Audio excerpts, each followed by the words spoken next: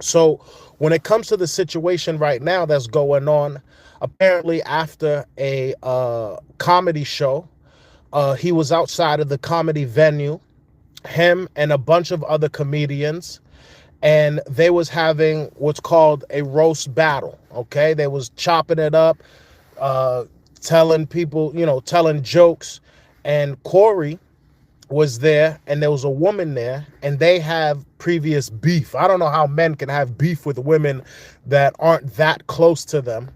That's beyond me.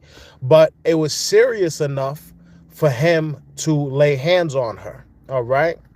After he punched her in the face, there was a man there that I'm assuming was with that woman and decided to get it on with Corey. Okay. He was punching on Corey. He tried to drag Corey into the street, and Corey's yes man, his minion, decided to beat and pummel that man for doing what was right, in my opinion. Okay, now I'm not one of these people that are going to be on here and be like, oh, nah, you should never hit a woman. Nah, listen, if she putting hands on you, if you got to defend yourself, then you got to do what you got to do. You know, I feel as if these are also, unfortunately, sometimes lessons got to be learned the hard way, and if we have a lesson in life now in 2026 not to put your hands on anybody regardless of gender, I think that's a good thing. But that's not what happened here. That's not what we're talking about here. All right, we're talking about a man who's crashing out, a man who has no emotional self-control, no ability to regulate his feelings, and it's showing. The facade of being a tough guy is now out the window, because when you tried to be tough with a man, Anton Daniels, that man invited you to throw hands, the same hands that you had no problem throwing in the face of a woman that did not put hands on you first. And people, there's a rumor going around saying that she touched him first. She put hands on him first. Well, I seen the video. As a man, you can't put hands on me and then out of nowhere, now I'm in the same friends group with you, and now we're having a conversation. That's not how it works. The video wasn't clipped. It's not like it started off immediately when he put hands on her. It started off a few seconds prior, enough time for me to see that this woman was comfortable enough to be in your presence, and so was you. You only got mad, Corey. You only got mad once this woman was roasting the crap out of you. Okay, somebody who you already dislike is now roasting you, making you look weak, making you look soft, making you look like the clown you are. And I'm going to explain why. Because when I was talking about Corey before, I didn't necessarily call him a clown. I didn't necessarily get down on him, because with the situation with him and Anton Daniels, it was almost as if Anton invited that energy. Once after the altercation happened, Anton decided to double down and threaten and say, hey, listen, I would have beat the ish out of Corey. So it's hard for me to say, oh, damn, Anton did not play any role in the fact that his daughters now and his daughter and his wife now are being exposed. Okay, I can't say that, because once you double down on that man, everybody kind of looked at Anton as, okay, he looked legit, but he took it too far. Okay, and he didn't take it as far as he was willing, and Corey took it further than Anton was willing to go. All right, but in this particular situation, we got a woman who says that Corey not only put hands on her, afterwards, he tried to file a restraining order on her. He tried to villainize her. And the lessons to be learned here, there's a bunch. But the first lesson is, we need to be independent thinkers, okay?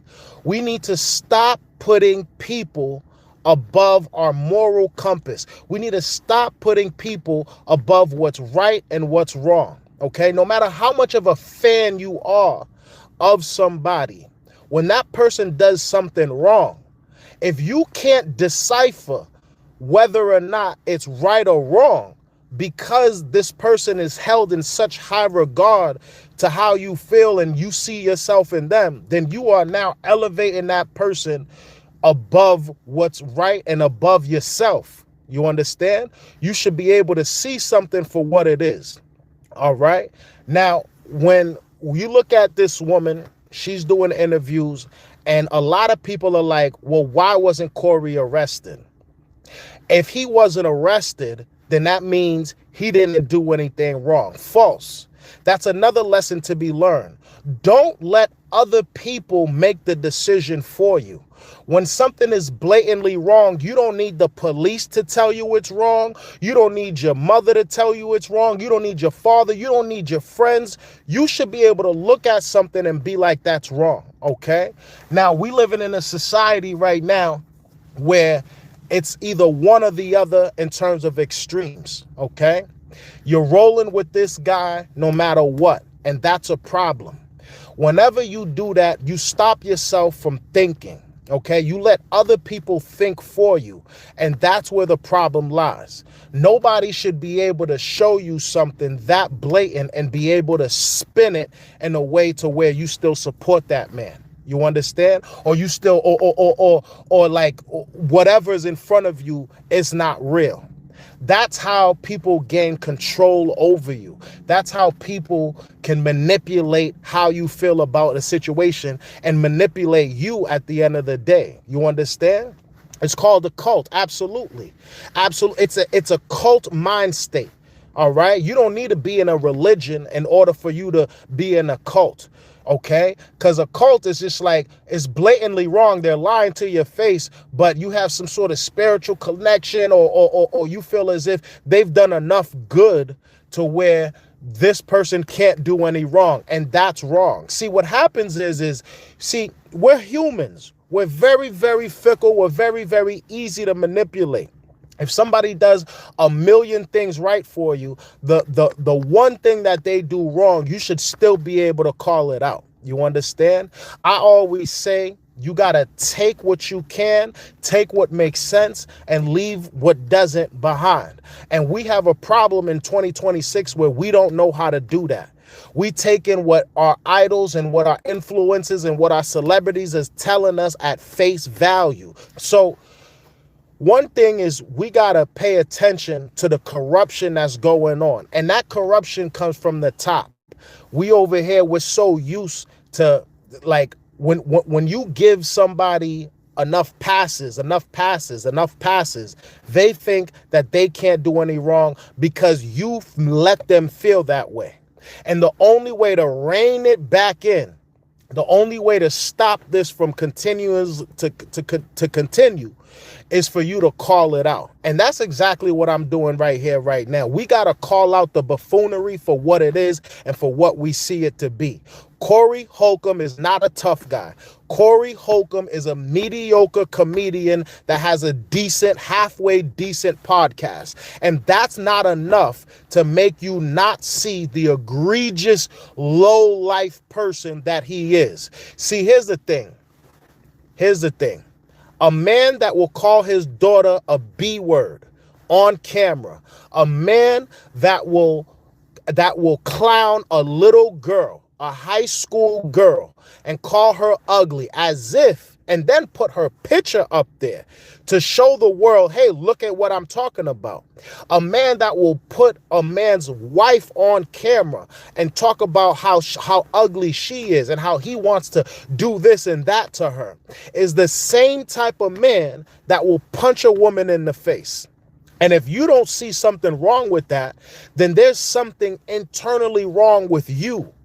And somebody needs to hold the mirror to your face. You can still find Corey funny. You can still watch his podcast. You can still go. He's coming to my city right now. He got I see the things. And I was thinking, man, I might go to that just to see what's going on. But at the same time, that shouldn't be enough to sway you away from what is right and what is wrong. Yeah. Okay, listen. I don't think he is going to be okay. I think the powers that be, the people that are watching him, I'm talking about YouTube, I'm talking about social media platforms, he's a problem. He's a problem. Don't forget how Fresh and Fit lost their monetization. They lost their monetization after a while of being egregious, and then eventually they went on to Rumble and did something that YouTube, that wasn't even on YouTube, but YouTube said, you know what, you gotta go. All right, we don't want nobody representing this platform that's putting on a KKK hoodie. And YouTube's gonna do the exact same thing with Corey. Okay, we don't want nobody that's gonna expose a young girl. We don't want nobody that's out here punching people in the face and then making excuses for it. When Corey's gonna go on his podcast and he's gonna respond to all of this trending stuff that's going on about his name, and he's gonna find a way to spin it. But before he does that, I need to tell you to stay on your pivot, stand your ground.